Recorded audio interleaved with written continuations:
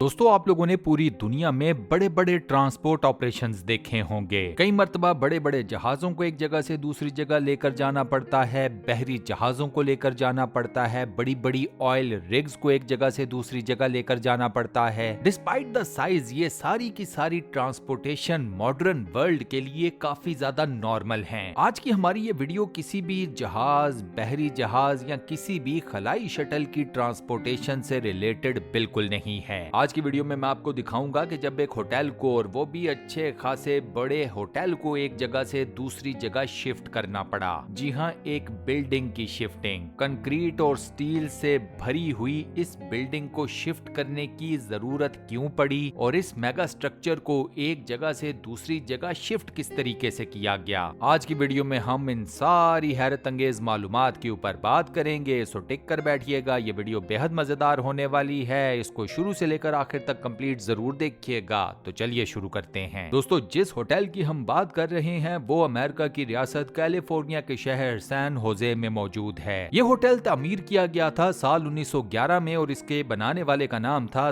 Thomas Montgomery. ये hotel 4 मंजिला है और इसके टोटल कमरों की तादाद है 86। इस होटल की तामीर से पहले इस शहर के अंदर स्टैब्लिश हुआ शहर का पहला रेलवे स्टेशन। रेल की पटड़ी शहर तक पहुंची तो मुसाफिरों का आना जाना भी इस शहर की तरफ ज्यादा हो गया। थॉमस ने जब लोगों का इतनी बड़ी तादाद में उसके शहर में आना जाना देखा तो उसने सोचा कि एक होटल तामीर कर लिया जाए, इससे अच्छा प्रॉफिट मिल जाएगा। और थॉमस का ये आइडिया काफी ज्यादा हिट साबित हुआ। थॉमस ने सैन होजे में जमीन खरीदी और ये 4 मंजिला होटल खड़ा कर दिया। इस होटल में एक रेस्टोरेंट भी था और ये होटल अपने जमाने का एक लग्जोरियस तरीन होटल था। इस होटल को उस जमाने की जदीद तरीन टेक्नोलॉजी यानी कि कंक्रीट और स्टील से बनाया गया और इस होटल में हर तरह की सहूलत प्रोवाइड की गई। इस होटल का नाम रखा गया होटल मॉन्टगोमरी। होटल के हर कमरे में अलग से ब्लो फैन था। बाथरूम के अंदर एक प्राइवेट बाथ टब मौजूद था। हर कमरे की अपनी एक प्राइवेट टेलीफोन लाइन थी। इसके अलावा होटल की इंतजामिया ने रेलवे स्टेशन और होटल के बीच में अपनी एक प्राइवेट बस सर्विस भी चलाई। होटल की ये बस रेलवे स्टेशन से होटल के मुसाफिरों को पिक किया करती थी और उनको लाकर होटल में ड्रॉप कर दिया करती थी। और जब ये मुसाफिर चेकआउट किया करते थे होटल से तो होटल की यही बस उन्हें होटल से पिक करके रेलवे स्टेशन तक ड्रॉप भी किया करती थी विदाउट एनी चार्जेस। यानी कि ये बस सर्विस थी full time free of cost. इन सारी फैसिलिटीज की वजह से ये होटल काफी ज्यादा पॉपुलर हो गया। 1920 से लेकर 1960 तक इन 50 सालों में इस होटल ने अपना पीक टाइम देखा, यानी कि अरूज। 1960 के बाद इस होटल का डिक्लाइन पीरियड शुरू हो गया। सैन होजे में मुसाफिरों और सयाहों की बहुत बड़ी तादाद आना शुरू हो गई। लोकल पब्लिक में इजाफा हो गया। होटल मॉन्टगोमरी के आगे पीछे और बहुत ज्यादा नए होटल्स तामीर होना शुरू हो गए। सो दीगर होटल्स की अकोमोडेशन की वजह से होटल मॉन्टगोमरी में लोगों का आना कम से कम होता चला गया। लोग होटल मॉन्टगोमरी के मुकाबले में नए होटल्स में जाकर रहना पसंद करते थे। होटल की इंतजामिया ने जब अपने होटल का ये डाउनफॉल देखा तो उन्होंने फैसला किया कि होटल को बंद कर दिया जाए। 1980 और 1990 की दिहाई तो सैन होजे में ऐसी थी कि जहां पर सैन होजे के डाउनटाउन में कोई भी नया होटल खड़ा करने के लिए जगह ही न बची। लेकिन लोगों का जोर था कि वो टूटने का नाम ही नहीं ले रहा था। फिर एक टाइम आया कि जब होटल मॉन्टगोमरी को ताले लग गए और ये एक पुरस्कार वीरान हवेली का सा मंजर पेश करना शुरू हो गया। होटल मॉन्टगोमरी के बिल्कुल साथ मौजूद था होटल फेयरमाउंट। होटल फेयरमाउंट के तकरीबन 550 कमरे थे। ये एक नया लश किस्म का होटल था जो कि हर वक्त ओवर बुक्ड रहता था। होटल फेयरमाउंट की इंतजामिया चाहती थी कि वो अपने होटल को एक्सपेंड करे और मजीद रूम्स को कंस्ट्रक्ट करे, लेकिन उसके लिए चाहिए थी जगह और होटल फेयरमाउंट के पास जगह नहीं थी। अब होटल फेयरमाउंट की इंतजामिया के पास एक ही ऑप्शन थी कि वो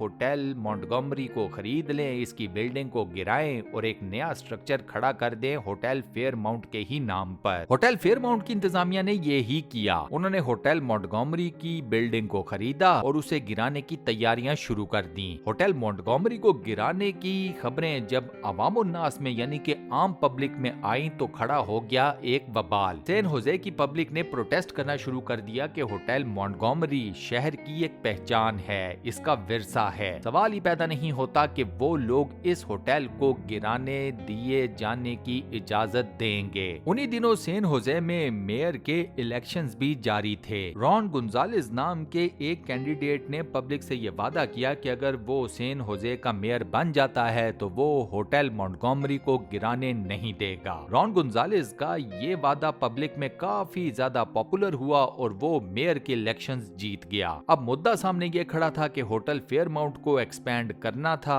होटल मॉन्टगोमरी की बिल्डिंग वो ऑलरेडी खरीद चुके थे और उसे गिराना चाहते थे। दूसरी तरफ पब्लिक थी जो इस होटल को गिराए जाने के किसी भी सूरत हक में नहीं थी। दोनों साइड्स अपनी अपनी जगह पर ठीक थी, तो रॉन गोंजालेस ने माहिरीन की एक टीम को बुला लिया और उनके साथ मीटिंग करनी शुरू कर दी। इन माहिरीन ने रॉन गोंजालेस को ये मशवरा दिया कि होटल को गिराने की बजाय होटल को एक जगह से दूसरी जगह शिफ्ट कर दिया जाए। पहले तो हर किसी को ये आइडिया काफी ज्यादा फनी लगा, लेकिन फिर जब इसके ऊपर गौर करना शुरू किया गया तो ये अचीवेबल लगा। प्लान तैयार किया गया और तकरीबन $12.5 मिलियन का बजट रॉन गोंजालेस मेयर ने इस प्रोजेक्ट के लिए मुख्तस कर दिया। होटल की शिफ्टिंग में सबसे पहले होटल के मास का यानी कि इसके वजन का अंदाजा लगाया गया तो वो तकरीबन बना 4,500 टन। ये वजन यूं समझ लें कि तकरीबन 25 बोइंग 747 तैयारों के बराबर होता है या फिर 750 अफ्रीकन हाथियों के वजन के बराबर। अब वजन तो अपनी जगह मौजूद था, लेकिन इमारत को